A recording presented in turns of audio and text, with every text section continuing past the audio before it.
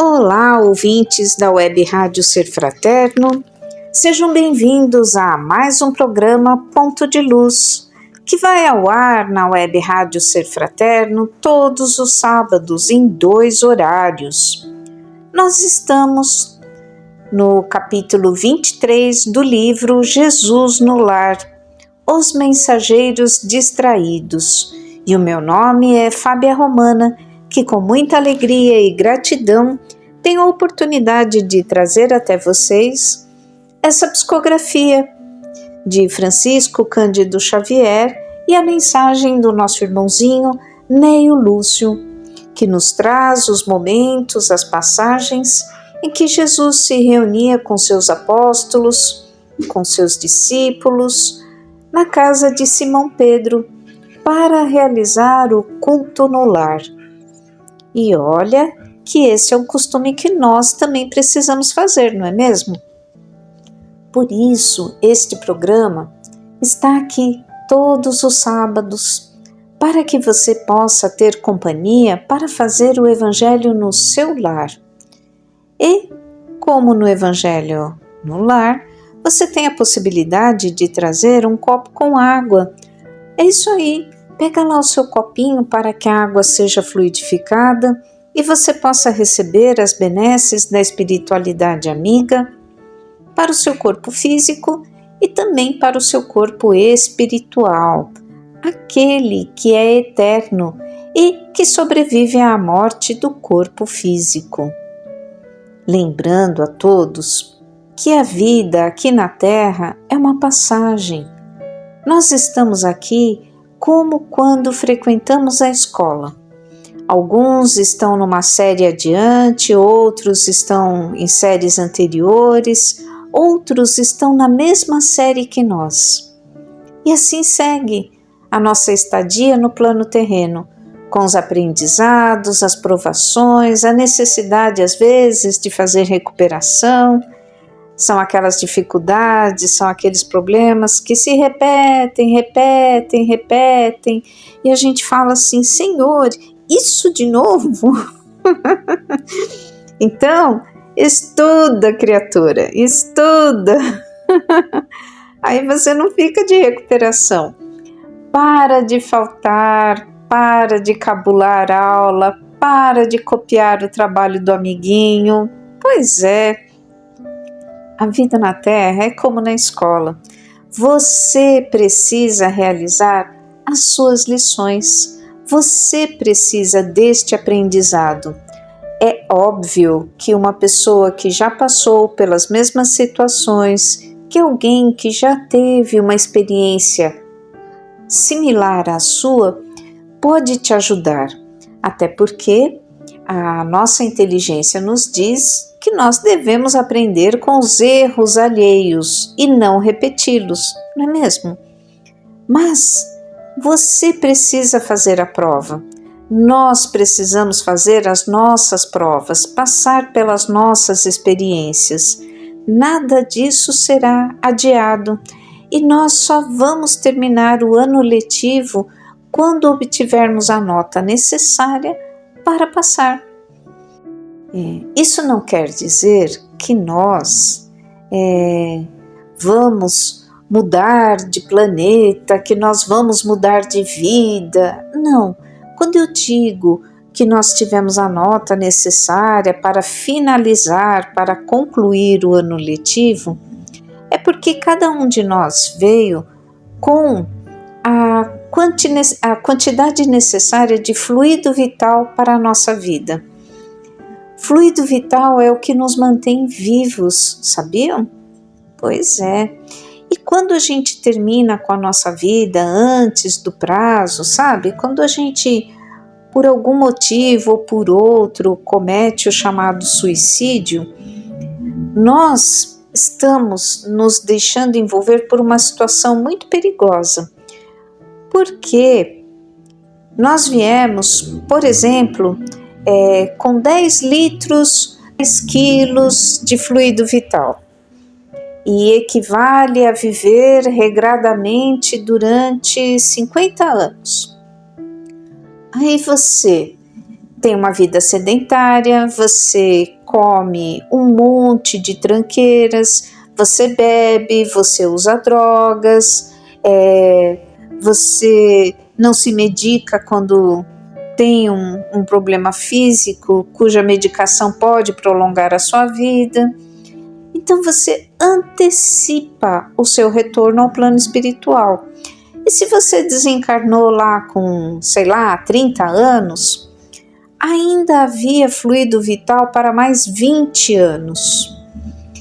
Esse fluido vital, esse elemento, ninguém consegue reproduzi-lo. Por mais inteligente, por mais sagaz que a espiritualidade inferior seja, que a ciência seja, ninguém consegue reproduzir este fluido. Então, quando nós desencarnamos e deixamos aí essa reserva de 20 anos, por exemplo, do fluido vital, os obsessores, os vampirizadores, a legião do mal quer se apossar deste fluido, porque ele é imprescindível para uma série de coisas. E como ninguém consegue fabricá-lo, ninguém consegue transformá-lo, quando alguém morre antes do prazo, estes irmãos correm que nem a gente na Black Friday. Sabe aquelas loucuras que a gente vê na televisão? Pois é a mesma coisa quando você desencarna antes da hora e o seu fluido vital fica sobrando. Nossa, Fábia, quer dizer que a gente fica à mercê desse povo todo? Não necessariamente. Existem equipes espirituais preparadas, treinadas, direcionadas especificamente para essa tarefa, para recolher o fluido vital excedente, porque é um bem precioso, gente. Às vezes não dá. Às vezes a sua vida desregrada, a sua não, que eu tenho certeza de que quem está nos ouvindo aqui na web rádio já é uma pessoa diferenciada. É diferenciada porque está buscando a sua evolução, seu crescimento, a sua transformação. Então eu vou corrigir essa frase e eu direi assim: essa equipe treinada está ali para recolher o fluido que a pessoa desperdiçou. Às vezes eles não conseguem chegar em tempo, eles não têm acesso, tamanho desregramento de vida desta pessoa. Mas eles estão a postos, eles estão a caminho, eles estão distribuídos por todo o orbe para realizar esta tarefa. Nós sabemos que nada acontece que não esteja sob o conhecimento de Deus. Nada acontece sem que Deus saiba, e a espiritualidade amiga é uma extensão de Deus. São os braços, as mãos, o coração, a fala, o ouvido de Deus junto a nós. Mas, às vezes, o nosso livre-arbítrio, às vezes o nosso desconhecimento também da continuidade da vida prejudica a tarefa destes irmãos, e este precioso fluido, o fluido vital, acaba indo parar onde não deve. Mas tudo bem, Deus também está ao par disso. O que importa, gente, é que nós temos um prazo para estar aqui na Terra. Nós temos uma missão reencarnatória. E dissemos uma vez, talvez 2, 3, poderemos dizer centenas de vezes, porque nunca será demais lembrar. Missão não quer dizer que nós tenhamos holofotes sobre nós. uma vez conversando com uma amiga muito, muito, muito querida, e ela me chama de senhorinha, ela disse assim: senhorinha, o simples fato de eu nascer e conseguir concluir a minha encarnação no prazo determinado, no prazo aprazado com a espiritualidade, no prazo ali combinado, já é o cumprimento da minha missão. Assim como de tantos outros irmãos que muitas vezes cometeram suicídio e possuem uma nova encarnação, e nessa nova encarnação o propósito é de não repetirem este erro. O propósito é de, olha, vive ali, né? Vai pianinho até o fim da sua vida, seja forte, seja vigilante, nós estaremos com você, desencarna ali com aquela idade que a gente combinou. Se você fizer isso, a sua missão de vida já estará cumprida. Por isso, gente, às vezes nós falamos assim, né? Olha fulano, né? Não faz nada da vida.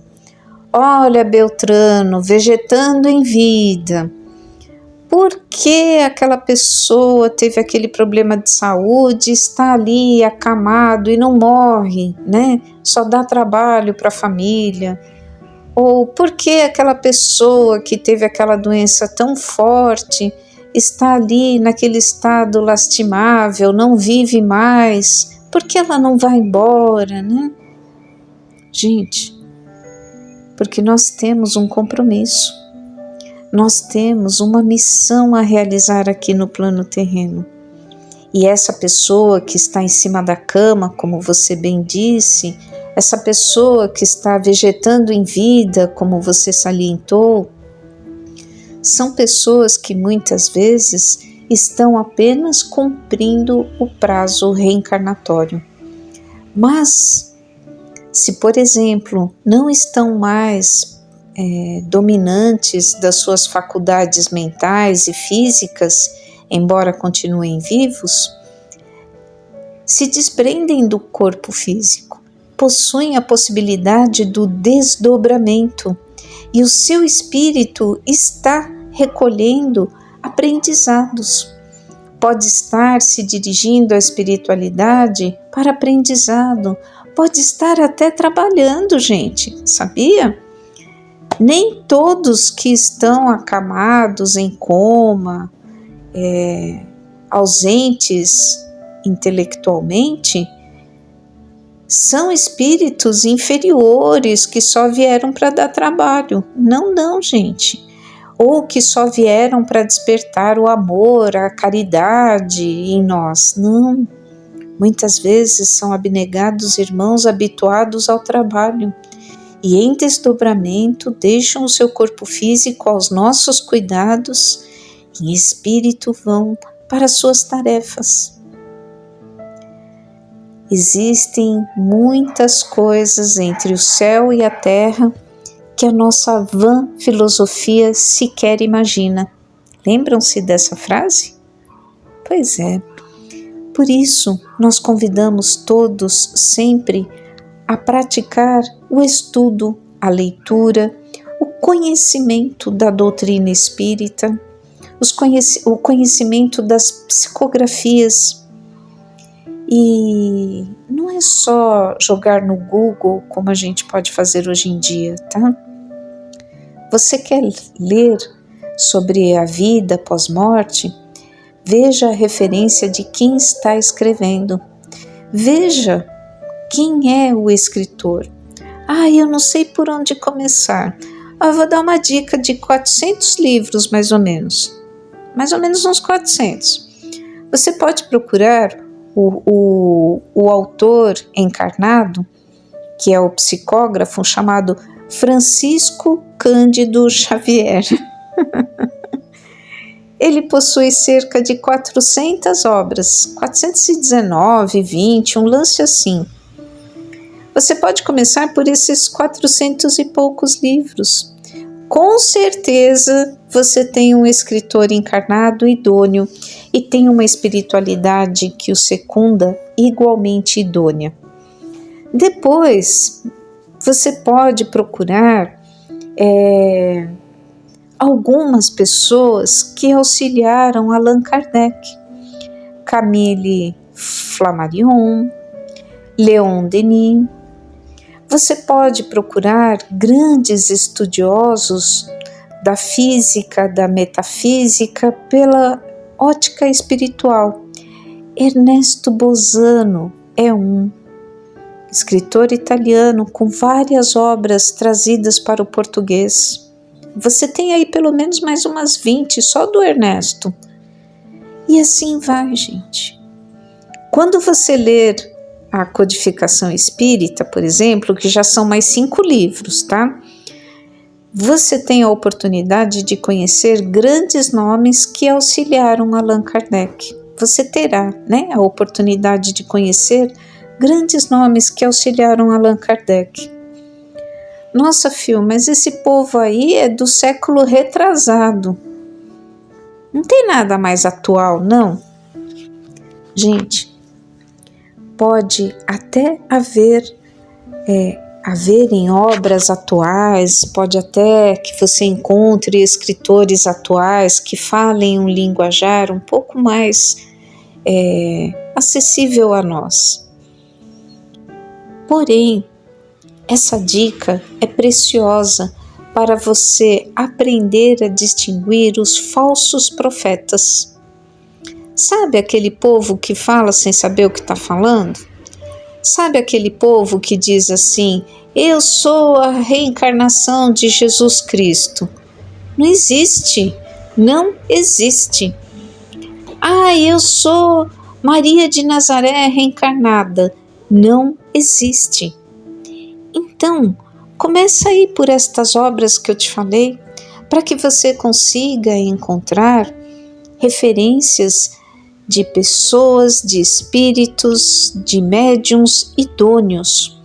E conforme você for avançando nestas leituras, conforme você for aprendendo o pensamento da espiritualidade, você terá o raciocínio lógico, você terá o raciocínio equilibrado o suficiente para distinguir o falso profeta. Beleza? Qualquer dúvida, descendo aqui a página da Web Rádio Ser Fraterno, você encontra o WhatsApp da rádio. Pergunta lá: gente, olha, eu li isso aqui sobre fulano de tal. Vocês têm alguma referência sobre fulano? Vocês têm alguma referência sobre esse comentário, né? Eu ouvi aqui do planeta Capela, do planeta Alcione, eu li aqui sobre um monte de coisas e eu queria tirar a dúvida. Busca aqui no link da rádio. O Mauro, o nosso querido Maurozinho, como eu tenho chamado, está disponível para te auxiliar nestas dúvidas. Tenho certeza que o que ele não souber, ele vai pesquisar, ele vai perguntar e trará a você uma resposta o mais ajuizada possível com a codificação espírita. Ok? Bom, vamos à nossa prece inicial? Aquele momento em que eu convido a todos para que fechem os seus olhos, para que se desliguem do ambiente exterior, para que se deixem envolver pela espiritualidade amiga e possam encontrar nas palavras desta prece o conforto e a preparação para a leitura que faremos a seguir.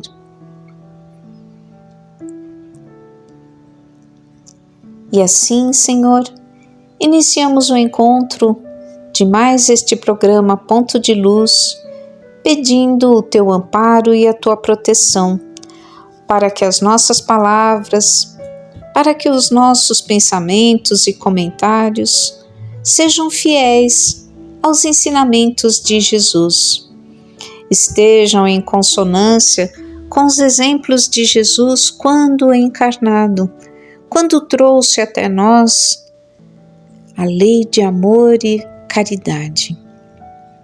Te pedimos ainda, Senhor, que a espiritualidade amiga que rege este programa, que está ao nosso redor nos protegendo e amparando, também possa retirar aqueles irmãos que porventura venham nos trazer ideias distantes de toda esta verdade e de toda esta caridade. Sabemos, Senhor, que as influências nos acessam através das nossas fragilidades, através das nossas imperfeições, que as influências chegam até nós pela sintonia. Então, quando estamos excessivamente apreensivos, preocupados, tristes, temerosos, estas influências encontram uma porta de acesso em nós. Daí, Senhor, mais uma vez rogarmos a proteção da espiritualidade amiga, para que estejamos em guarda, em vigilância, durante a assimilação, durante a propagação deste Evangelho de hoje. Obrigada, Senhor, pela oportunidade de uma vez mais estarmos reunidos aqui para conversar, para conhecer um pouco mais da estada de Jesus entre nós. Que seja feita, Senhor, da Tua vontade, e todo o mais nos será acrescentado, hoje e sempre, graças a Deus. E assim, como leitura, os mensageiros distraídos.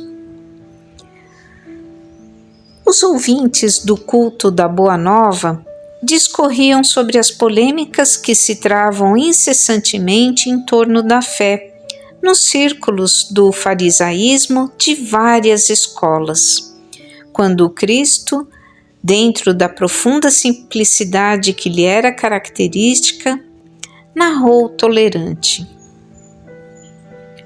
Um grande senhor recebeu alarmantes notícias de vasto agrupamento de servos em zona distante da sede do seu governo, que se viam fustigados por febre maligna, e desejoso de socorrer os tutelados que sofriam na região remota de seus domínios, enviou-lhes mensageiros de confiança, conduzindo remédios adequados à situação e providências alusivas ao reajustamento geral. Os emissários saíram do palácio com grandes promessas de trabalho, segurança e eficiência na missão. Todavia, assim que se viram fora das portas do Senhor, começaram a rixar pela escolha dos caminhos. Uns reclamavam o atalho, outros a planície sem espinheiros, e outros ainda pediam a passagem através dos montes. Longos dias perderam na disputa, até que o grupo se desuniu, cada falange atendendo aos próprios caprichos, com absoluto esquecimento do objetivo fundamental. Estes dias, gente, aqui na web rádio, eu estava ouvindo o Café com Espiritismo, o programa que muitas vezes traz a passagem em que o Orson Peter Carrara faz os comentários. E eu gosto muito da maneira como ele fala as coisas, como ele traz os temas. E ele comentava justamente sobre o movimento espírita, porque a doutrina espírita é uma só, né, gente? É aquela que Allan Kardec trouxe. Mas o movimento espírita, ele é composto por pessoas que compreendem e interpretam a doutrina espírita. Se o movimento espírita não está imbuído, não está seriamente comprometido com os propósitos da doutrina espírita, principalmente aquele que nos ensina a passar pelo crivo da razão tudo aquilo que nos chegar em forma de comunicação, esse movimento, essas pessoas que compõem o movimento espírita, elas se dispersam. Porque um acha que tem que ser lilás, o outro acha que tem que ser roxo, o outro acha que tem que ser rosa, e tem um ainda que acha que foi dito vermelho. Então essas pessoas, com a dificuldade em permanecerem juntas, em seguirem os ensinamentos numa mesma direção, se separam, cada qual defendendo a sua verdade, cada qual defendendo o seu ponto de vista. Não significa que lilás, roxo, vermelho, rosa estejam errados, mas significa que não conseguiram entrar em um consenso e seguirem unidos no mesmo ideal. E é justamente disso que Jesus está falando aqui. Os irmãos se separaram, o grupo se desuniu e cada um foi atendendo aos próprios caprichos. E Jesus continua: as dificuldades, porém, não foram solucionadas com decisão.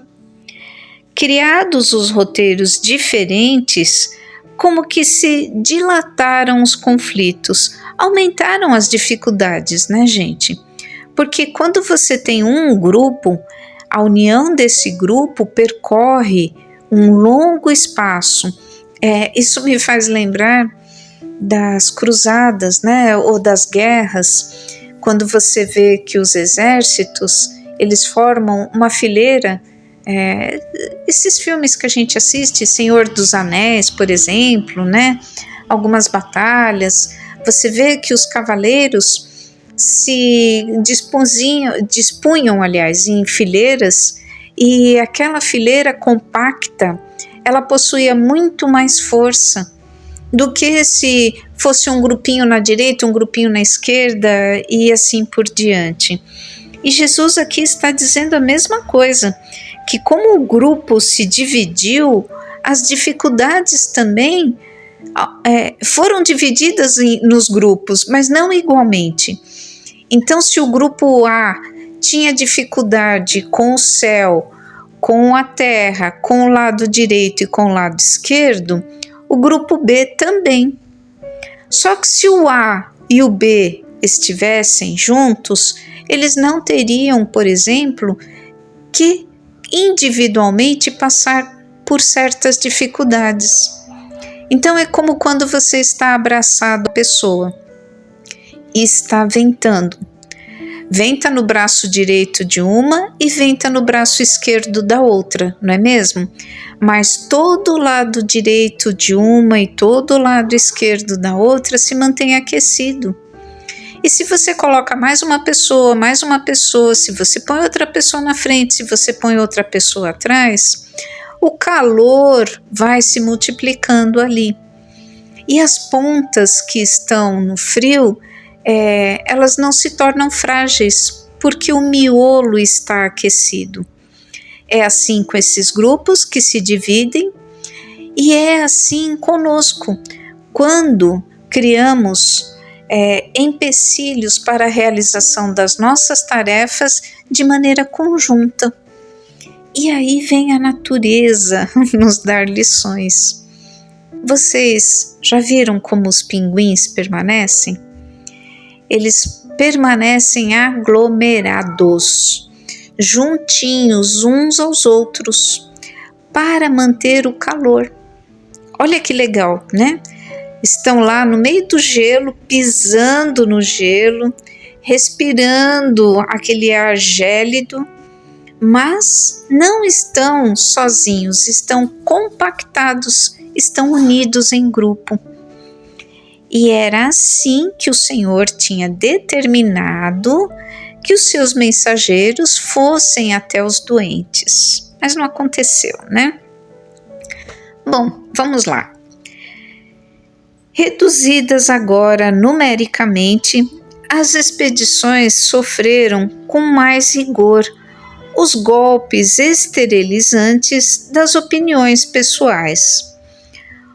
Os viajantes não cuidavam senão de inventar novos motivos para o atrito inútil. Entre os que marchavam pelo trilho mais curto, pela vargem e pela serra, lavraram discussões improdutivas, contundentes e intermináveis. Dias e noites preciosos eram desprendidos em comentários ruidosos quanto à febre, quanto à condição dos enfermos, ou quanto às paisagens em torno.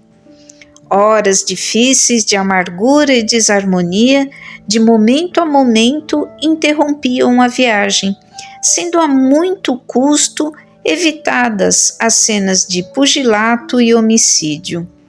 Pois é, a briga era feia, gente. A briga era feia e não era só em palavras, né? Eram brigas físicas, pessoas que estavam indo auxiliar brigavam fisicamente e até se matavam e com muito custo conseguiam evitar que isso acontecesse. Olha que eles eram os do bem, hein? Esse era o povo do bem. Surgiram as contendas a propósito de mínimas questões, com pleno desperdício da oportunidade. E em razão disso, tanto se atrasaram os viajores do atalho, quanto os da planície e do monte, de vez que se encontraram no Vale da Peste a um só tempo, com enorme e irremediável desapontamento para todos, porquanto à míngua do prometido recurso não sobrara nenhum doente vivo na carne. Eles demoraram tanto, gente, percorreram caminhos diferentes, perderam tanto tempo, cada um de uma forma, que no final das contas eles chegaram juntos onde tinham que chegar.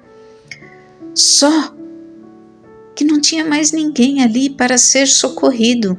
Não tinha mais ninguém ali que estava esperando pelo medicamento. E isso foi uma decepção geral. A morte devorara-os um a um, enquanto os mensageiros discutidores matavam o tempo através da viagem. O mestre fixou nos aprendizes o olhar muito lúcido e aduziu: neste símbolo, temos um mundo atacado pela peste da maldade e da descrença. E vemos o retrato dos portadores da medicação celeste, que são os religiosos de todos os matizes que falam na terra em nome do Pai.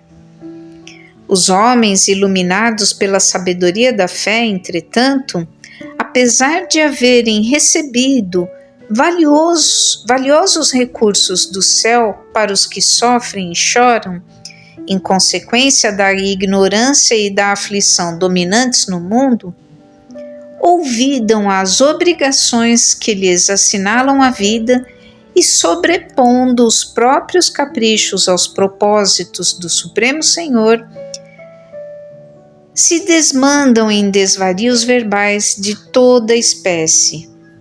Enquanto alimentam o distúrbio, levianos e distraídos, os necessitados de luz e socorro desfalecem à falta de assistência e dedicação.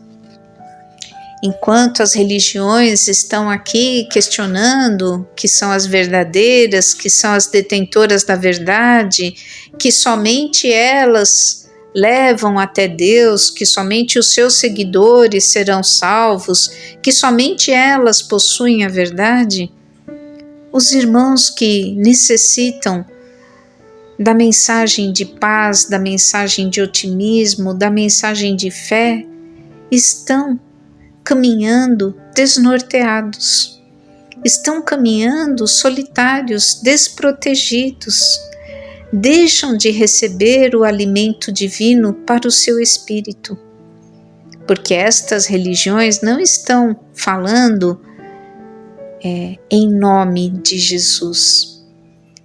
As suas palavras até podem citar Jesus, mas não provém de Jesus.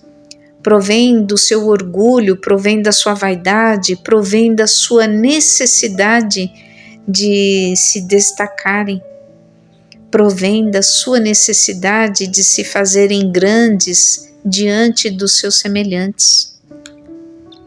E Jesus nunca quis se fazer o maior de todos e sempre nos mostrou que os últimos serão os primeiros e que os desprezados serão exaltados, que os menores serão evidenciados, que todo aquele que serve ao seu semelhante, que carrega consigo a humildade, chega até o Pai. Dá para pensar, né? E afagando uma das crianças presentes, qual se encontrasse todas as esperanças no sublime futuro, finalizou sorridente e calmo. A discussão, por mais proveitosa, nunca deve distrair-nos do serviço que o Senhor nos deu a fazer. Olha aí! As dúvidas, as informações, os acontecimentos, tudo que acontece à nossa volta, tudo que surge em nossa mente, não deve nos distrair da nossa missão combinada lá na espiritualidade. Ai, Fábio, eu não sei qual é a minha missão. A missão, com certeza, de cada um de nós é nos melhorarmos. É amar a Deus e ao seu semelhante como a si mesmo. Então pronto, se você não sabe qual caminho seguir, se você não sabe o que fazer, começa por aí. Ama a Deus sobre todas as coisas e ao teu próximo como a ti mesmo.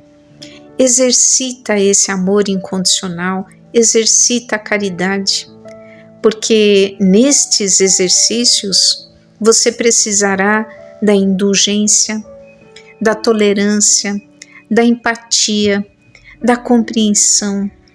Você precisará da caridade, da fraternidade e com certeza encontrará a sua missão, encontrará a sua transformação pessoal, encontrará o caminho que verdadeiramente leva ao Pai. Bom, gente, muito obrigada a todos que permaneceram conosco durante este encontro, ouviram a leitura, os comentários e vão agora refletir, porque doutrina espírita é isso, gente, é fé raciocinada, é fé que nos leva a estudar, a compreender, a conhecer e não apenas a aceitar o que o outro diz.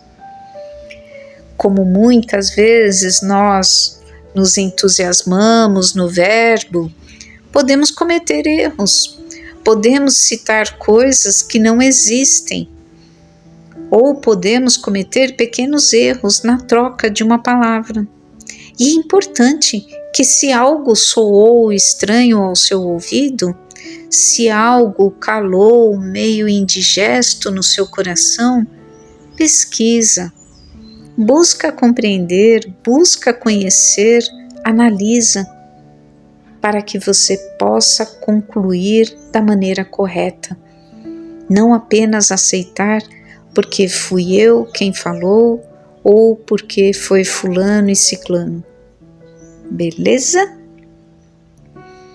E agora, alimentados pela orientação, eu convido a todos que fechem os seus olhos para que recebamos o alimento do amor e da fraternidade em nosso coração. E te rogamos, Pai amado, que estejas presente no lar de todos os irmãos que nos ouvem, a qualquer momento, seja através da rádio, seja através das nossas mídias sociais.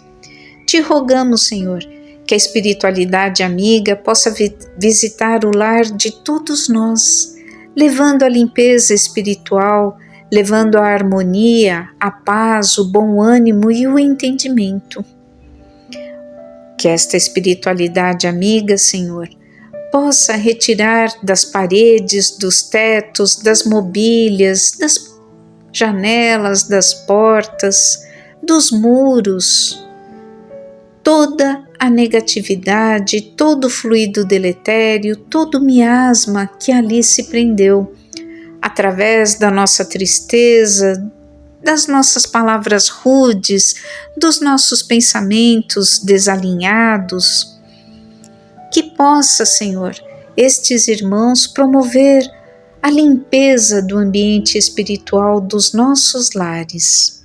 Como quando nós tiramos o pó dos móveis, passamos produtos cheirosos para deixar a casa fresca, abrimos as janelas para deixá-la arejada, estes irmãos neste momento refrescam, arejam e limpam o ambiente espiritual do nosso lar. E isso repercute em cada um de nós, Senhor, que nos sentimos asseados espiritualmente. Como quando tomamos aquele banho revigorante, aquele banho renovador que retira as impurezas, o suor, a poeira do nosso corpo e nos deixa bem dispostos, cheirosos, para levar adiante as nossas tarefas pessoais. E como nosso ambiente espiritual está assim, Senhor, refrigerado, harmonizado, encantado com as belezas da espiritualidade, nós também nos disporemos a mantê-lo. Vigiaremos as nossas palavras, vigiaremos os nossos pensamentos. Quando houver algo que nos traga um dissabor, uma tristeza, uma insegurança, uma incerteza, haveremos, Senhor, de abrir o Evangelho e lê-lo em voz alta. Leremos, Senhor, exaustivamente, para que a manutenção da paz e do bom ânimo em nosso lar retorne, para que o nosso equilíbrio interior se estabeleça e nós consigamos retomar a nossa jornada. É a terapia do Evangelho, Senhor, a terapia vibracional que repercutirá em todas as paredes. E se assim pudermos, Senhor, continuaremos ouvindo esta bendita web rádio, não apenas nos fones de ouvido, mas também nos alto-falantes, para que as vibrações harmoniosas, para que a musicoterapia continue a envolver o nosso lar e aqueles que ali estão, encarnados ou desencarnados. Te agradecemos, Senhor, por tantas benesses e pedimos licença ainda para chamar Francisco de Assis e seus queridos franciscanos para visitar os pequeninos de Francisco, nossos amores, nossos irmãozinhos menores, que tão ligados a nós, começam a apresentar as mesmas dores, as mesmas doenças que visitam o nosso aparelho físico. Que estes pequeninos de Francisco, com câncer, diabetes, triglicérides, problemas da tireoide, osteopatias, possam ser visitados pelos irmãozinhos franciscanos e receberem os ungüentos, as medicações, os fluidos da espiritualidade para renovar os seus corpinhos. Te agradecemos, Senhor, imensamente por toda esta oportunidade. Te agradecemos, Pai, por estes irmãos e também pelo nosso amado Bezerra de Menezes, cuja equipe espiritual deposita em nossas águas os fluidos necessários ao refazimento físico e espiritual. Que seja feita, Senhor, da Tua vontade e tudo o mais nos será acrescentado, hoje e sempre. Graças a Deus. Muito obrigada, meninos e meninas, que possamos nos reencontrar brevemente para mais um ponto de luz. Sigam todos na paz do Mestre. Tchau, tchau!